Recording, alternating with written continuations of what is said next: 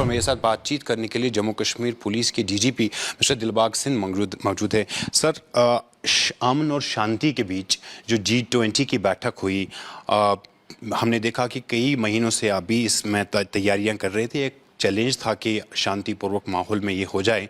सबसे ज़्यादा क्रेडिट आप किसको देना चाहेंगे, और सिक्योरिटी एजेंसीज के बारे में, उनकी प्लानिंग के बारे में, क्योंकि आप हेड कर रहे हैं, तो क्या कहना चाहिए? देखिए, पहला तो ये कि इस लेवल का इवेंट मुझे नहीं लगता कि पहले कभी जम्मू कश्मीर के अंदर हुआ होगा, और इस तरह के मकसद के साथ कि इवेंट जिसका सीधा ताल्लुकात पब्लिक के वेलफेयर के साथ, अवाम की बेहतरी के साथ जुड़ा हो, और उस सब्जेक्ट के ऊपर डेलिब्रेट करने के लिए G20 के जो मेंबरान डेलीगेट्स यहाँ पर इकट्ठा हुए थे। ये 3 दिन की कॉन्फ्रेंस बहुत ही अच्छे तरीके से गुजरी, और जिस तरह के तौसरात को लेकर के, अपनी फीलिंग्स को लेकर के वापस गए, मुझे लगता है कि इससे बेहतर इसका कंडक्ट इस माहौल के अंदर पॉसिबल नहीं था। मौसम बहुत ही अच्छा खुशगवार रहा, छोटी मोटी बूंदाबांदी रही बीच में, मगर जिसकी वजह से कहीं कोई किसी प्रोग्राम में रुकावट नहीं आई। उन्होंने सब जगह जा कर के खुद अपने तौर पे जो टूरिस्ट अट्रैक्शन की जगह हैं उनको विज़िट किया। परी महल गए, डल लेक गए, निशात बाग गए, फिर मार्केट में जा कर के कैसी लोगों की वहाँ पर कामकाज है, बिजनेस है, वो एक्टिविटी है, शॉपिंग करी, उसको देखा। तो मुझे लगता है कि ये हर लिहाज से जो डेलिब्रेशन वाला जो बिजनेस सेशन था, उसमें भी उन्होंने डेलिब्रेशंस अपनी जगह पे सारी करी। तो सिक्योरिटी के नज़रिए से बहुत कामयाब विज़िट रहा। मकसद के लिहाज से देखें तो जो ओवरऑल फीलिंग्स मैंने जो देखी मीटिंग्स में और इनफॉर्मल इंटरेक्शन के अंदर, मुझे लगता है कि उम्मीदों से बढ़कर के जो इसमें सेटिस्फेक्शन लेवल दिखाई दिया। और इसका सबसे बड़ा क्रेडिट जो है हमारे लोगों को जाता है, जिन्होंने हर लिहाज से इस मीटिंग की अहमियत को समझा, और इस मीटिंग की अहमियत के लिहाज से हमारी जो पार से, जो पाकिस्तान की तरफ से जो अमन के दुश्मन, और जो जहां कश्मीर को कभी भी फलता फूलता नहीं देखना चाहते, जिस तरह का नरेटिव चलाने की, और उनके टट्टू जो बंदूक के साथ यहाँ दहशत का खेल खेलते हैं, उनकी तरफ से जिस तरह की धमकियाँ दी गई, पॉलिटिकल स्टेटमेंट्स जिस तरह की दी गई कि इस तरह की कोई इवेंट जहाँ पर नहीं होनी चाहिए, नहीं होने देंगे, उन सब को निकारते हुए लोगों ने अपनी रोज़मर्रा की ज़िंदगी को साथ चलाते हुए हर तरह की एक्टिविटी में शमूलियत करी। और जिस तरह की चीज़ें वहाँ पर हर लेवल पे डेलीगेट्स को देखने की मिली, मुझे लगा कि उनको इतनी तसल्ली हुई कि कश्मीर में जो आर्ट्स का लेवल है, क्राफ्ट का लेवल है, जो जहाँ की कारीगरी का लेवल है, मुझे लगता है कि दुनिया के किसी भी कोने में शायद उसका मुकाबला करें तो कोई कमी उसमें नहीं है। बहुत बेहतरीन दर्जे की जहाँ पर दस्तकारी है, बेहतरीन दर्जे का आर्ट एंड क्राफ्ट जहाँ पर अवेलेबल है।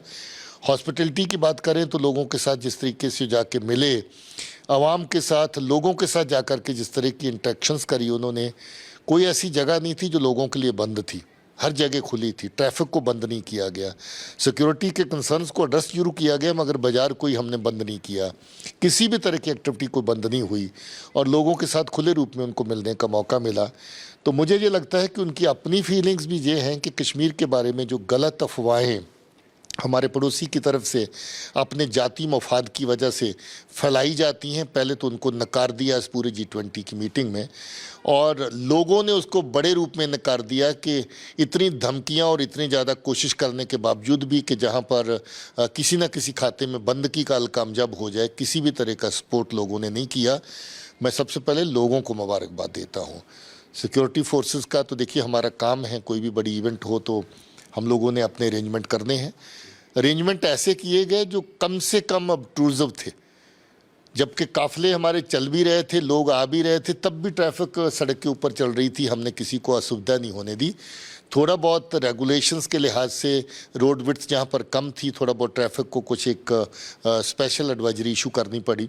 उसके अलावा सिक्योरिटी का अगर आप देखें तो किसी को ज़रूरत से ज़्यादा जहाँ पर थोड़ा बहुत ज़रूरत थी, वहाँ पर छोटा मोटा एरिया डोमिनेशन और बाकी चीज़ें देखी, उसके ज़्यादा किसी को किस तरह की परेशानी नहीं होने दी, बल्कि ये इंश्योर किया गया कि हमारी वजह से किसी के काम में खलल ना पड़े। दुकान है तो दुकान खुले, कारोबार है तो कारोबार चले, ट्रैफिक है तो ट्रैफिक चले, किसी भी चीज़ की किसी को असुविधा ना हो, इनकन्वीनियंस ना हो, इसका ख्याल रखा गया। हमारे सिक्योरिटी अरेंजमेंट्स बड़े पब्लिक फ्रेंडली थे। लोगों को तकलीफ हुई कि हमारे पुलिस के जवान कहीं कहीं बंकर के पीछे, खूबसूरत कलरफुल बंकर के पीछे खड़े थे, लोगों ने उसको भी गलत पेश करने की कोशिश करी। तो हमने क्या पुलिस की या अपने लोगों की नुमाइश करनी है? हमारे सिक्योरिटी के रिजर्व सब जगह पे अवेलेबल रहते हैं। हर सेक्टर अफसर के पास अपना अपना रिजर्व होता है कि किसी तरह की कोई कंटिजेंसी हो तो वो रिस्पॉन्ड कर सकें। क्या उनकी नुमाइश करनी चाहिए या उनको आराम से, अदब से, उनको भी अच्छे तरीके से कहीं खड़े होने का मौका देना चाहिए? वो खूबसूरत बंकर बने जो एस्थेटिक्स का हिस्सा था, उस एस्थेटिक्स को भी लोगों ने कहा जी फोर्सेस को छुपाया हुआ। फोर्स कहाँ छुपी थी? आप डल लेक देखें तो 3 दिन पहले लोगों ने मीडिया में देना शुरू कर दिया कि जहां मार्कोस लग गए हैं, मैरिन कमांडोज अपनी ड्यूटी कर रहे हैं, सीआरपी के कमांडो अपनी ड्यूटी कर रहे हैं, पुलिस के कमांडो अपनी ड्यूटी कर रहे हैं। फिर एनएसजी का जिक्र हुआ, फिर एनडीआरएफ का जिक्र हुआ। सब एजेंसीज जब को वर्ल्ड लेवल की इवेंट होती है, इनका रोल है।